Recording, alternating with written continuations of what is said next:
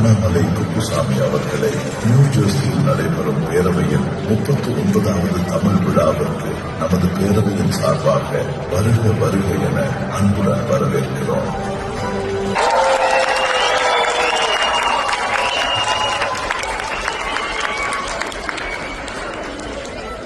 அன்பார்ந்த பெரியவர்களே, தாய்மார்களே, இந்த அற்புதமான அரங்கில் கிட்டத்தட்ட ஆயிரக்கணக்கான நம்முடைய தமிழ் சொந்தங்கள் எல்லோரும் உங்களுடைய நேரத்தை கொடுத்து வருடந்தோறும் 3 நாட்கள் அமெரிக்காவின் ஏதோ ஒரு பகுதியில் உங்களுடைய குடும்பத்தோடு குழந்தைகளோடு வந்து நம்முடைய தாய்மொழி தமிழ் மொழி வளர்வதற்கு மிக முக்கிய ஒரு காரணக்கர்த்தர்களாக இந்த அமெரிக்கா மாகாணத்தில் நீங்கள் இருந்து அதே நேரத்தில் அடுத்த தலைமுறை, 2ஆம் தலைமுறை, 3ஆம் தலைமுறை இந்த மண்ணில் அவர்களுக்கெல்லாம் நம்முடைய தாய்மொழியை பெரிய அளவில் அறிமுகப்படுத்தி அதை பேணி காத்து பாதுகாத்து இன்னும் எடுத்துச் சென்று கொண்டிருக்கின்றீர்கள். அதற்காக உங்களை எல்லாம் இந்த நேரத்தில் பாராட்டி வாழ்த்தி இன்னும் வருகின்ற காலத்தில் இந்த ஃபெட்னா அமைப்பு ஒரு மாகாணத்திலும் கூட இன்னும் சிறப்பாக, இன்னும் ஆழமாக, இன்னும் பலமாக இந்த நிகழ்வுகளை நடத்த வேண்டும் என்று எல்லாம் வல்ல இறைவனை இந்த நேரத்தில்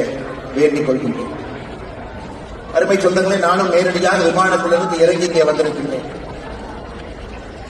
ஆனால் நிச்சயமாக பேசுகின்ற கருத்தை சில நேரத்தில் மறந்து விடுவதற்கு வாய்ப்பு இருக்கிறது என்கின்ற காரணத்தினால இந்த நிகழ்வுல குறிப்பெடுத்து வந்திருக்கின்றேன். இந்த காரணத்திற்கும் கூட முக்கியமான சில கருத்துக்களை உங்களிடம் பகிர வேண்டும். அதை நிச்சயமாக நாம் மறக்கக்கூடாது என்கின்ற ஒரு காரணத்தினால் முன்னிறுங்கியில மூத்தவர்கள் அமர்ந்திருக்கின்றார்.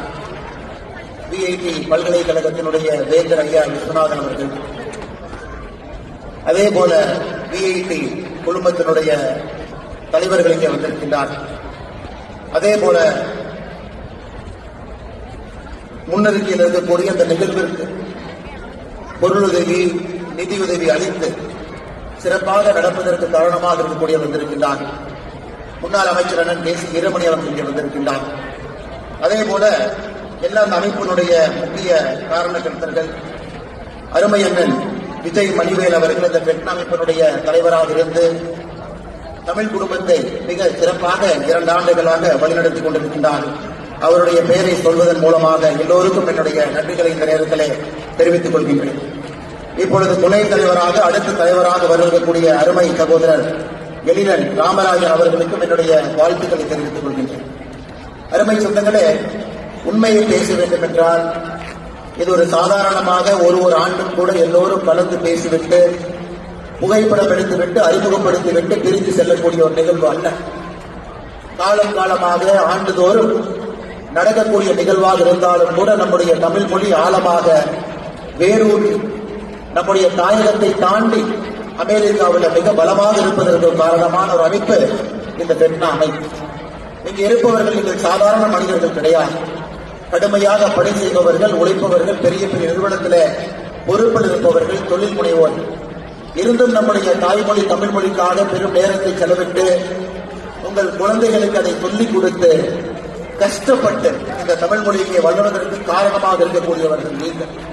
எத்தனையோ மனிதர்களை அமெரிக்காவில் பார்க்கும் பொழுது வியர்த்து பார்க்கும். மருத்துவர்களாக இருப்பார்கள், ஆனால் வீட்டிலே தூய தமிழ்ல பேசுவாங்க, குழந்தைகளுக்கு சொல்லிக் கொடுப்பாங்க, தமிழ் பாடத்துல போடுவாங்க. இங்க இருக்கக்கூடிய பள்ளிக்கூடங்கள் இல்லை என்றாலும் கூட அதற்காக முக்கியத்துவம் கொடுப்பாங்க. அதை தாண்டி அடிக்கடி நம்முடைய தமிழ்நாட்டில் பார்க்கும் பொழுது ஒரு பரதநாட்டினுடைய அரங்கேற்ற விழாவிற்கு வந்து அழைப்புதல் கொடுப்பேன். இங்கு அந்த குழந்தை கற்றுக்குவாங்க. அதை நம்முடைய தாய் திரு தமிழ்நாட்டில் அதற்கான அரங்கேற்றம் நடக்கும். அதை பார்க்கும் பொழுதெல்லாம் வியந்து போவேன், எந்த அளவுக்கு நம்முடைய தாய்மொழிக்கு முக்கியத்துவம் கொடுத்து இங்கே 250 ஆண்டுகள் கடந்து நாளை 250 ஆண்டாக ஒரு அற்புதமான ஒரு நாட்டில், இந்த நாட்டில் குடியேறி இந்த நாட்டினுடைய வளர்ச்சிக்கு பாடுபட்டு அதே நேரத்தில் நம்முடைய தாய்மொழி தமிழ் மொழியை மறக்காம அடுத்தடுத்த கட்டத்திற்கு எடுத்துச் சென்றிருக்கக்கூடிய உங்களை பாராட்டுவதற்காகத்தான் இந்த நிகழ்வு நடக்கிறது என்று முழுமையாக நான் நம்புகின்றேன்.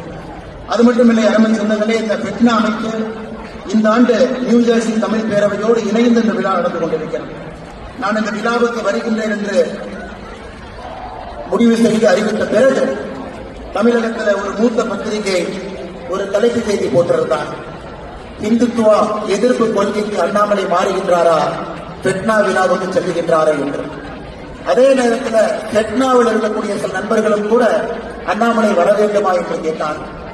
அப்பொழுது நமக்கு கம்பராமாயணத்துல கம்பன் அவர்கள் யுத்த காண்டத்துல ஒரு கடவுள் வாழ்த்து எழுதியிருப்பார்.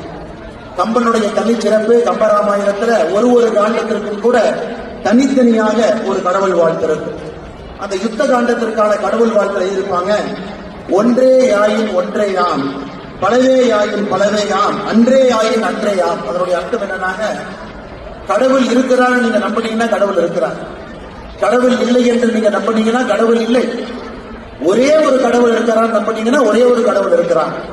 பல கடவுள் இருக்கின்றார்கள் நம்பினீங்கன்னா பல கடவுள் இருக்கிறான். கடவுள் இருக்கிறாரான்னு தெரியாது, பொறுத்திருந்து பார்ப்போம் என்று சொன்னால் அதற்கும் கம்பன் உங்களுக்கு வாய்ப்பு கொடுக்கிறான்.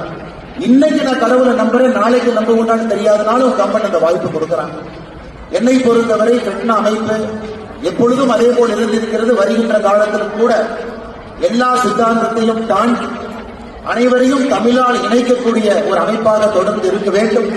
அது சாதி மதத்தை எல்லாம் தாண்டி கருத்தியல் அடிப்படையிலே தமிழ் முரண்பாடு இருந்தாலும் கூட அப்படிப்பட்ட ஒரு அமைப்பாக கிருஷ்ணா இருக்க வேண்டும் என்று எப்பொழுதும் விரும்புகின்றேன். அப்படித்தான் இருக்கிறது.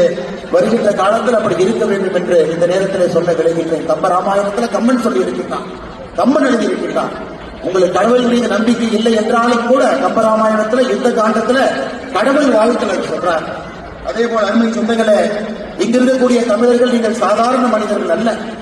தென்னாப்பிரிக்கா சென்றிருக்கின்றேன், அங்க இருக்கக்கூடிய தமிழர்களை சந்தித்து உரையாடி இருக்கின்றேன். அங்க தென்னாப்பிரிக்காவில் நம்முடைய தலைவர்கள் சொல்லுவார்கள், அண்ணா இந்துன்னு ஒரு காலம் இருக்கு, தமிழ்னு ஒரு காலம் இருக்கு. இங்க சென்சஸ் நடக்கும் பொழுது தமிழ்நாட்டை சார்ந்த நிறைய தமிழர்கள் இந்து என்கின்ற காலத்தை டிக்கெட் பதிலா தமிழர் என்கின்ற காலத்தை டிக்கெடிக்கிறாங்க, நீங்க கொஞ்சம் சொல்லுங்க, அவர்களை சொல்லி இந்து என்கின்ற காலத்துல டிக்கெடிக்க சொல்லுங்கன்னு சொல்லுவாங்க. அதே போல இலங்கையில் இருக்கக்கூடிய நமக்கு தெரியும், அங்கிருக்கக்கூடிய புலம்பெயர்ந்த தமிழர்கள் எத்தனை ஆண்டுகள் அந்த வடுவோடு ரதத்தோடு அதையெல்லாம் தாண்டி தன்னுடைய மொழியை இனத்தை காப்பதற்காக உயிரையெல்லாம் விட்டு நாட்டையெல்லாம் தாண்டி கனடாவில், அமெரிக்காவில், யூகேவில் அதையெல்லாம் தாண்டி நின்று கொண்டிருக்கிறார்கள். அதையும் நாங்கள் பார்த்துக் கொண்டிருக்கின்றோம். மலேசியாவாக இருக்கட்டும், சிங்கப்பூராக இருக்கட்டும், சாதாரணமாக தெருவில் இருக்கக்கூடிய வியாபார நண்பர்கள் ஆரம்பித்து துணை ஜனாதிபதி வரை தமிழர்கள் இருப்பதை பார்க்கிறோம்.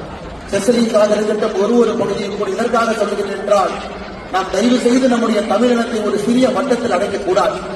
இந்து என்கின்ற வட்டத்தில் அடைக்கக்கூடாது, இஸ்லாமியர் என்கின்ற வட்டத்தில் அடைக்கக்கூடாது, கிறிஸ்தவர் என்கின்ற வட்டத்தில் அடைக்கக்கூடாது. அதையெல்லாம் தாண்டி தமிழர் என்கின்ற வட்டம் ஒரு பெரிய வட்டமாக இருக்க வேண்டும்.